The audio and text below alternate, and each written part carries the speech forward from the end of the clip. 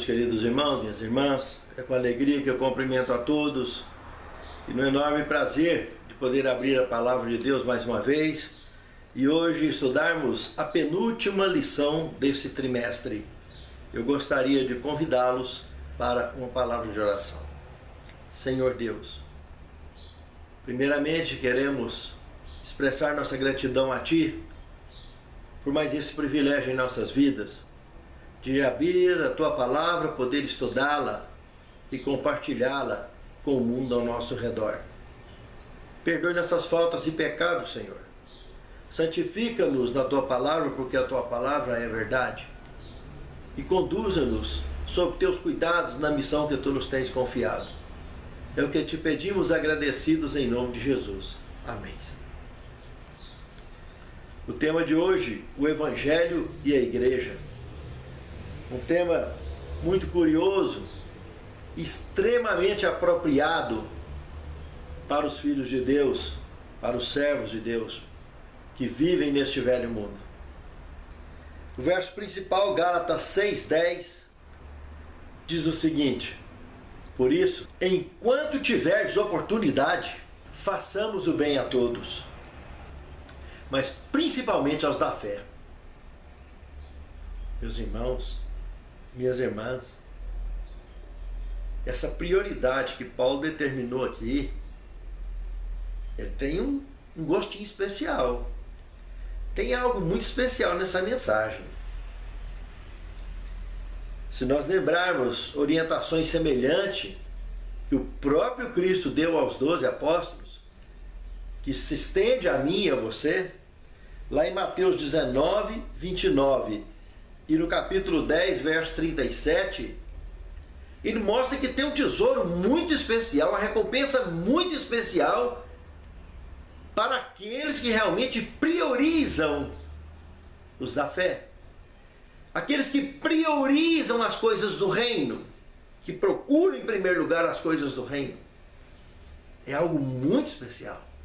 Dê uma lida nesses dois textos de Mateus que eu acabei de citar, para você ver a seriedade dessa informação que culmina com a informação aqui de Gálatas capítulo 6, verso 10. Meus queridos, é aqui, neste velho mundo, é que nós organizamos a família de Deus. É aqui que nos incluímos ou nos excluímos da participação da família do reino. Porque uma coisa é a família que vivemos, ou que fomos criados, ou que temos neste velho mundo. Outra coisa, que pode ser bem diferente, é a família do reino eterno. Porque nem todos os membros das famílias deste mundo estão dispostos a fazer parte da família do reino eterno. A grande diferença é a nossa escolha, se nós queremos ou não fazer parte. Se queremos, o caminho está aqui. Nós não vamos deixar de dar atenção para as nossas famílias, para os nossos filhos. Todos têm suas próprias escolhas. Enquanto eles são pequenos, nós os orientaremos nas suas escolhas. Mas depois de uma certa idade, eles escolherão. E não tem como fazer nada, como Deus não interfere na escolha de ninguém, no livre-arbítrio de ninguém. Mas nós escolhemos se queremos ou não fazer parte da família de Deus aqui na terra, para em muito breve sermos contados entre os membros do reino eterno. Pense nisso, amado irmão. Pense nisso, amado irmão. O caminho está aqui. Enquanto tiveres oportunidade, não perca. Não perca a oportunidade. Porque a nossa vida é rápida igual um orvalho. Não se esqueça disso. E se estamos vivos, temos oportunidade de fazer o que ainda não fizemos, de nos tornarmos pessoas melhores nas mãos do Senhor para alcançar o mundo ao nosso redor. Por isso estamos estudando esse tema hoje, o Evangelho e a Igreja. Observe com atenção cada detalhe à volta de nossas vidas, para que cada lance seja um passo de sabedoria em cada jornada que empreendemos a cada dia. Pense nisso, querido irmão. Pense nisso, querido irmão. Restaurando os caídos. Segundo tema, eu diria, circulando pela UTI deste velho mundo, pelos caminhos da causa de Deus, da igreja, da obra. É exatamente o paralelo apresentado aqui entre Gálatas 6:1 e Mateus 18, de 15 a 17. Em primeiro lugar, o que é abordado nesses dois textos aponta claramente para a fragilidade dos mortais. Nós não podemos esquecer disso hora nenhuma, que nem nós e nem os outros estão imunes de quedas, de ataques, de sermos tentados, de cairmos. As fragilidades dos mortais. É coisa que o Senhor tem consciência, por isso Ele estendeu a graça sobre nós justamente para que, se estamos na jornada olhando para Ele, segurando nas mãos de Cristo, atravessando o mar da vida, o que nós não dermos conta Ele completará para nós. Mas não podemos deixar a mão de Cristo, nem de caminhar no mar desta vida em direção ao porto da Canaã celestial. E o Senhor tem consciência dessa fragilidade dos mortais. Por que que eu e você vamos deixar de ter essa consciência? E vamos tratar as pessoas como se nós não tivéssemos essa fragilidade, fôssemos muito melhor do que eles. É essa consciência que Paulo está abordando no trato para com os nossos semelhantes, circulando nessa grande UTI. Porque igual a gente não tem ninguém dentro dessa UTI. Ou tem gente que está pior, ou tem gente que está melhor. Como eu sempre digo, estão piores, nós ajudaremos. Com os que estão melhores, nós seremos ajudados. Essa é uma regra básica de orientação da consciência bíblica desse paralelo que acabamos de estudar sobre a fragilidade dos mortais. E por que não lembrar do velho dito popular: jamais dizer às pessoas aquilo que não queremos ouvir? Ter tato no trato com as pessoas. Isso é importantíssimo quando nos relacionamos principalmente com membros da UTI, da qual todos pertencemos. O segundo ponto nesse paralelo é a compreensão e a misericórdia no trato com essas pessoas. Lembra de um estudo que estivemos anteriormente, que Paulo abordou na lição 9, o apelo pastoral a Paulo, quando ele disse que tinha se colocado no lugar dos Gálatas e queria que eles se colocassem no lugar dele. Ao fazer essa troca de perfil, eles conseguiriam despertar justamente esse ponto aqui, justamente esse segundo ponto desta abordagem da lição, de despertar o senso de misericórdia, de carinho, de compreensão com aquele que está fragilizado por uma queda, por um erro, por um pecado, seja lá pelo que for. E o terceiro ponto abordado nesse paralelo de textos aqui, de Gálatas e Mateus, é a questão de termos discrição, sigilo, de certos assuntos que estamos tratando com aquele que abriu o coração para nós, porque é fundamental na recuperação daquele caído, que está pior do que nós um pouquinho, que é por isso que ele buscou o nosso auxílio. E se estamos realmente melhor do que ele, mais ainda teremos esse critério, essa ética maravilhosa, que é corroborada, que é endossada pela divindade em nossa vida e em nossa missão. Porque do contrário, estaremos acabando de empurrá-lo no precipício. Pense nisso, amado irmão. Pense nisso, amado irmão. Ele precisa do nosso apoio, do nosso auxílio. Ele precisa desabafar conosco. E termos esse cuidado é fundamental na recuperação daquela alma caída, que está numa condição inferior à relação que estamos comungando no momento. Mas como Paulo já disse, todos somos frágeis mortais. E não se esqueça que hoje é ele que está caído, amanhã pode ser você. E Jesus falou claro que Com a medida que nós medirmos as pessoas, nós seremos medidos por Ele. E olhando principalmente o verso 19 do capítulo 18 de Mateus, Jesus, ele toca numa melindra muito interessante, num mistério bacana, que quando 2 ou mais se reúnem em meu nome, tem um poder especial de oração atendido, que o Pai vai atender mesmo. A resposta vem, seja sim, não, ou espera um pouco, mas vem fácil. Quando tem 2 ou mais reunidos com o mesmo propósito. E isso é algo que as pessoas talvez não prestam muita atenção quando vai nos cultos de oração da igreja. Ou quando pede outro para orar por ele. Ou quando convida alguém para orar junto consigo. Tem um poder especial nisso. Observe lá em Mateus 18, 19. Que carinho especial do atendimento do Pai nesse tipo de oração. Fiquem atentos. E jamais deveria faltar esse comportamento, esse perfil de oração, junto com aquele que abriu o coração para mim e para você. E no paralelo bíblico aqui que estamos estudando, a última coisa é a disciplina. É quando todos os recursos orientados aqui de passo a passo foram esgotados, foram desprezados. A tentativa pessoal, a tentativa com as testemunhas, a tentativa com a igreja, e a rebeldia prevaleceu, a decisão rebelde prevaleceu, aí não tem mais jeito, porque está levando o nome da causa de Deus ao escândalo aberto, e não tem necessidade disso.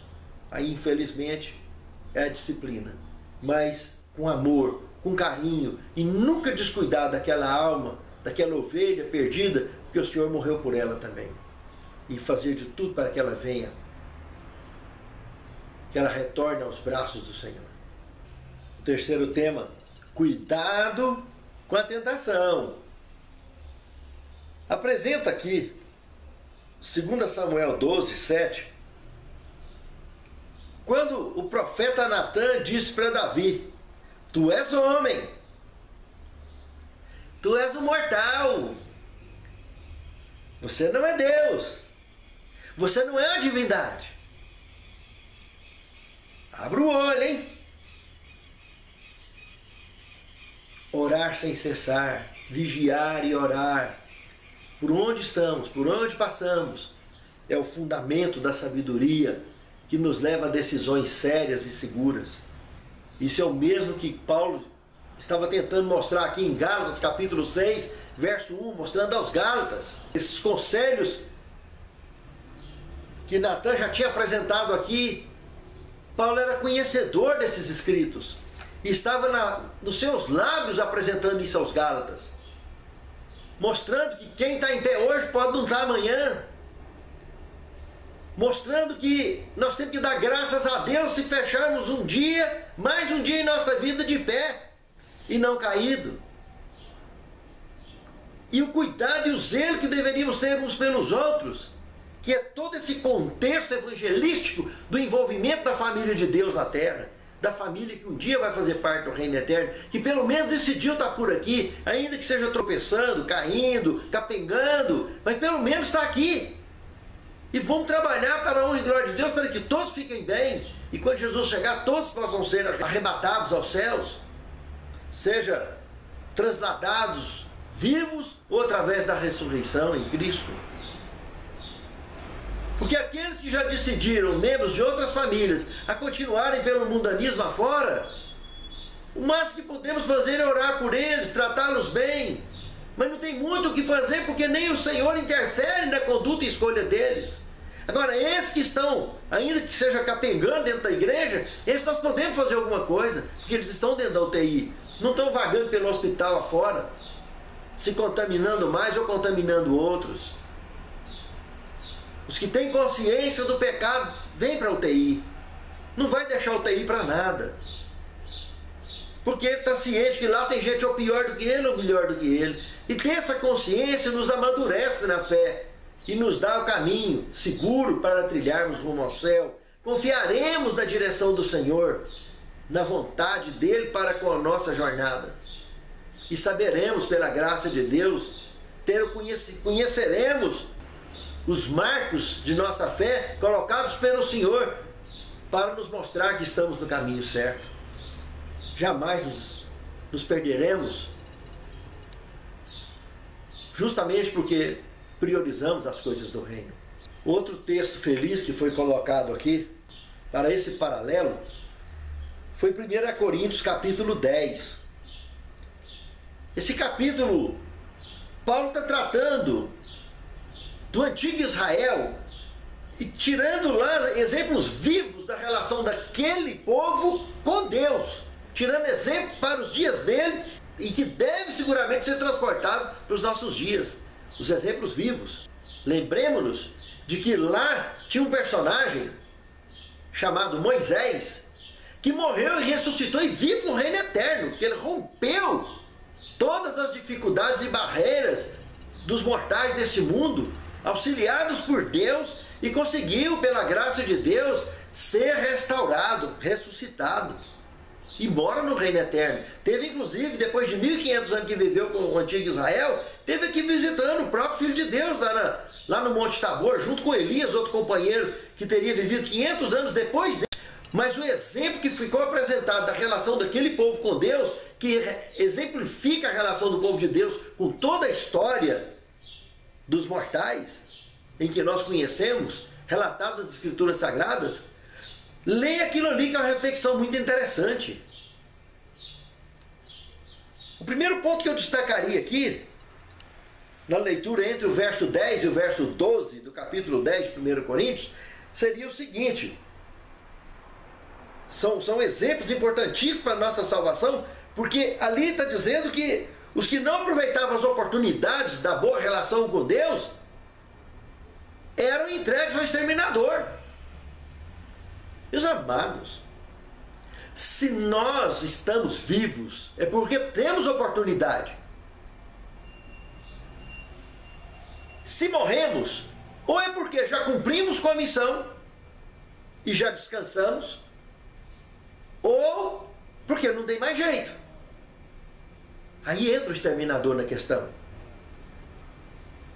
Vai descansar aquele que cumpriu a missão ou aquele que não tem mais jeito, para que alguém possa continuar nascendo nesse mundo, tentando cumprir com a missão que outros não deram conta, de serem pessoas melhores, para que Jesus possa em breve voltar, ser pessoas mais habilitadas para levar a obra de Deus, porque aqueles ali estão incompetentes. Ou descansou com competência sobrando, ou com competência de menos e não deu em nada. É por isso que tem o sono da morte, para ir tendo a melhora genética do planeta, que de fato possa cumprir com a missão que foi entregue nas mãos dos nossos primeiros pais, lá na porta do Éden, ao serem expulsos, que aí a todo povo, tribo e língua. Que adianta a cultura correr para cá, para lá, evolução científica, isso e aquilo, ganhar o mundo inteiro e perder a salvação? O que adianta? Ao invés de convivermos com o exterminador, por que não conviveremos com o Salvador? E pela graça de Deus, quem sabe sermos arrebatados vivos nas nuvens dos céus assim que o Senhor chegar em nossos dias. Não é muito melhor convivermos com essa esperança e com essa certeza? Pense nisso, amado irmão. Pense nisso, amada irmã. Ainda que seja saindo do sepulcro, ressuscitado, para ir ao encontro com o Senhor. Mas não perca a oportunidade que temos hoje. E o tempo melhor é agora. Porque ontem já ficou para trás, amanhã está longe demais. O Êxodo é um exemplo vivo para nós ainda.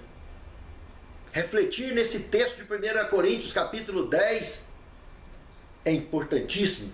Leia do verso 1 ao verso 12. É importantíssimo. E no verso 12, inclusive, lá, em 1 Coríntios, capítulo 10, verso 12, aquele que está em pé, abre o olho para que não caia. Quantos no deserto tomaram, vítimas do exterminador, porque não tiveram competência para seguir adiante a missão que Deus lhes confiara. E quantos que tiveram que surgir em pleno deserto para cumprir com a missão que aqueles não deram conta. Viveram vítimas de um castigo de 40 anos, o que com poucos meses podiam ter adentrado a terra prometida. E toda aquela história do Êxodo, um exemplo vivo para a nossa história, que nós escrevemos a cada dia, novas páginas, da relação com o Senhor e com o semelhante, diante do Salvador e do Exterminador. Pense nisso, meu amado irmão.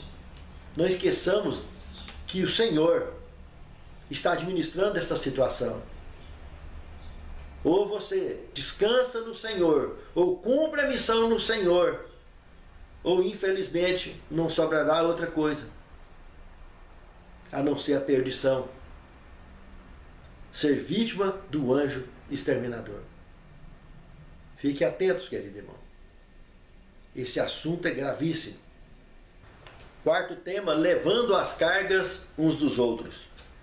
Analisando Gálatas capítulo 6, verso 2 ao 5, Romanos 15, 1 e Mateus 7, 12, podemos montar um paralelo muito interessante, que, primeiro, nos lembra um pouco a ética médica do sigilo profissional, praticado por esses profissionais. E principalmente, mais ainda, quando a própria palavra de Deus aqui nos aconselha a revezarmos os nossos pesos uns com os outros, em trocar os pesos uns com os outros. Lembra lá daquele apelo pastoral de Paulo, lá na lição 9. Nos colocar no lugar das pessoas, colocar as pessoas no lugar da gente. Essa troca de perfil e ajudar, chorar com os que choram, sorrir com os que sorriem. Ser sincero, ser honesto, ser parceiro, porque companheiro é companheiro. E o resto é resto. Fiquem atentos. Isso é fundamental para o êxito de nossas jornadas. Os terapeutas, eles escutam os problemas dos seus pacientes o dia todo. É muito problema, cada um pior que o outro. Assombroso. Quando ele termina aquelas consultas, ao longo de dias ou semanas, ou quem sabe, de mês em mês, eles precisam de fazer uma troca de perfil com outros colegas para poder aliviar,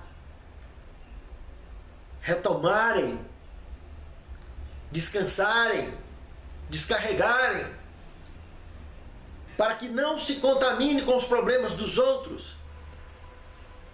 O cérebro humano, o cérebro mortal, precisa passar por isso. Por isso que sempre é importante nós termos alguém especial, um amigo especial, em quem nós podemos realmente abrir o coração. Mas aquela pessoa que realmente partilha desse sigilo, dessa ética maravilhosa de podermos conversar. Às vezes o nosso amigo está longe, está até em outro país. Mas não perder aquele contato, é importante. Tem assuntos que às vezes nós não temos condição de conversar com ninguém. Abaixo de Deus, alguém que a gente possa trocar uma ideia, abrir o coração, fazer paralelos bíblicos, coisa muito íntima da nossa jornada. Claro que tem assunto que é só com Deus, não há como falar com outras pessoas, mas tem assuntos que dá pra gente, esses da carga, do peso, que a Bíblia está falando, que Paulo está tratando com os Gálatas, trocar os pesos uns com os outros, carregar as cargas uns dos outros, o que Jesus também está orientando no Novo Testamento. Isso é muito importante, ter um alívio tranquilo. Como é gostoso respirar aliviado, como se a gente pudesse tirar aquela carga das costas e transferir, aí com a troca é uma carga nova. Quem sabe o indivíduo estava carregando a carga de melancia E de repente o outro está com a carga de pena achando que era melancia. A hora que ele pega a carga nossa, ele vai sentir o que é carga. E se a gente estava achando que era muito o que estava carregando, a hora que pegar uma carga leve, vamos sentir um alívio tão grande. E vice-versa, o contrário. Quando ele lembrar que pegou a carga de melancia e lembrar que carregava a carga de pena, ele vai descobrir que ele era feliz e não sabia. Isso é muito gostoso, irmão. É muito importante. Só é duro ter que descobrir que era feliz quando é tarde demais, não tem volta mais. Mas enquanto tem oportunidade, não perca a oportunidade. Por isso que Paulo chama atenção. Por isso que a palavra de Deus nos chama atenção quanto a isso. Não perca a oportunidade enquanto tem ela na mão. E principalmente não esqueça de priorizar a relação com a família do reino de Deus. Que essa é a prioridade máxima, na ótica divina. Porque esses marcharão para dentro dos portais da cidade santa. Os demais não vão, não adianta. O máximo que nós podemos fazer é orar por eles. Continuar dando exemplo, continuar ensinando quando eles quiserem aprender. Mas não adianta insistir, correr atrás, pelejar, brigar, não adianta. Vai piorar a relação. Fiquem atentos. Essa é a psicologia que Gálatas 6, de 2 a 5 está apresentando para nós. De levarmos as cargas uns dos outros. Isso é o que Paulo está orientando aqui. É o que Jesus orientou. E é o que a palavra nos orienta nesse momento, através dessa lição. E isso é o que nos leva ao quinto tema, a lei de Cristo. Que Paulo, em Gálatas 6, de 2 a 5, está comentando. Que isso é cumprir a lei de Cristo. Porque se os terapeutas tentar absorver sozinho as suas cargas, que ele recebe todo dia dos seus pacientes, com certeza ele irá sucumbir. Em muito breve ele estará pior do que os seus pacientes. Não vai demorar nada. Está jogando pedra em avião. Por isso eles procuram outros profissionais para aliviar os pesos uns dos outros. Quando aperta muito, não tem jeito. E o cuidado, quanto mais a distância for tomada, melhor. Não esperar precisar tanto.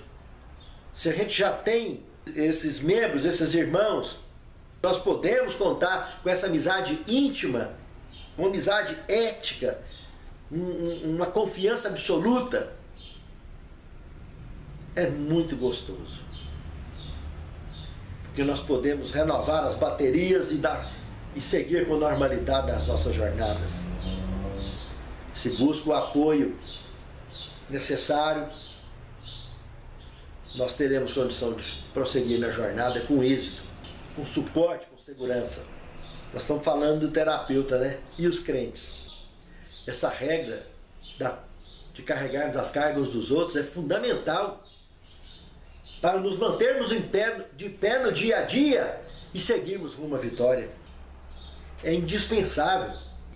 Só não podemos esquecer jamais do sigilo, da cautela, do carinho, do amor à causa, ao irmão, a Deus acima de tudo. E principalmente de vigiar e orar. Porque temos consciência da nossa fragilidade, de mortais que somos. Pense nisso, amado irmão. Pense nisso, amada irmã. Sexto tema, semear e colher. Eu diria que aqui é o ápice do tema desta semana. Jamais nos descuidarmos da seara do Senhor, da obra de Deus. Jamais. Eu diria que aqui é a regra áurea do reino eterno, deixada para nós mortais, que já não pertencemos mais a este mundo, como ele também não pertencia. E a oração sacerdotal dele envolve a nós, porque aqueles que se haveriam de agregar a esses, foi pedido naquele dia lá, do próprio Filho pedindo ao Pai, por mim e por você. Por isso a prioridade da lição nesta semana, em cuidarmos dos da fé, da família da fé. Os que estão esparramados na face da terra, que são escolhidos, que nós temos que ajuntar e trazer para esse redil, porque tem outras ovelhas que ainda não estão aqui. Tem muitos que vão fugir daqui. Mas nós estamos aqui, e aqueles que estão fracos, que estão aqui, vamos ajudar, os que estão mais fortes vão ser ajudados, e não vamos deixar de trazer os que estão perdidos lá para fora, para que todos no só redil possam estar todas contadas e dizer para o Senhor: está pronto, Senhor. Cumprimos com a missão do ID. E o Senhor pode vir nos buscar. Eu diria que esse assunto é o tom da música celeste da salvação. Aqueles que estão vivendo, ouvindo, respirando essa música de salvação, eles não vão abrir mão jamais dessa missão do ID. A importância do evangelismo na nossa salvação, eu diria que é o termômetro da nossa fé. É o termômetro que nos mantém ativos na causa do Mestre, no cumprimento da missão e no espírito de gratidão pela salvação que Ele nos deu de graça. Pense nisso, amado irmão. Pense nisso, amado irmão. Eu tenho dificuldade de enxergar salvação sem missão. Eu tenho dificuldade, sempre tive. É um assunto muito sério. 7º tema, a operação do erro. Inspirado em 2 Tessalonicenses 2, de 11 a 12. Eu vou ler um trecho que a Pena Inspirada nos deixou, que está inserido também no comentário bíblico, volume 6, página 1240 e 1241, que diz o seguinte: se a pessoa resiste às evidências que são suficientes para guiar seu discernimento na direção correta e escolhe o mal uma vez, fará isso mais prontamente na segunda vez. Na terceira vez, estará ainda mais inclinado a se afastar de Deus e a escolher o lado de Satanás. E continuará nessa conduta até que seja confirmada no mal e creia que a mentira que escolheu é a verdade. A resistência produziu sua escolha.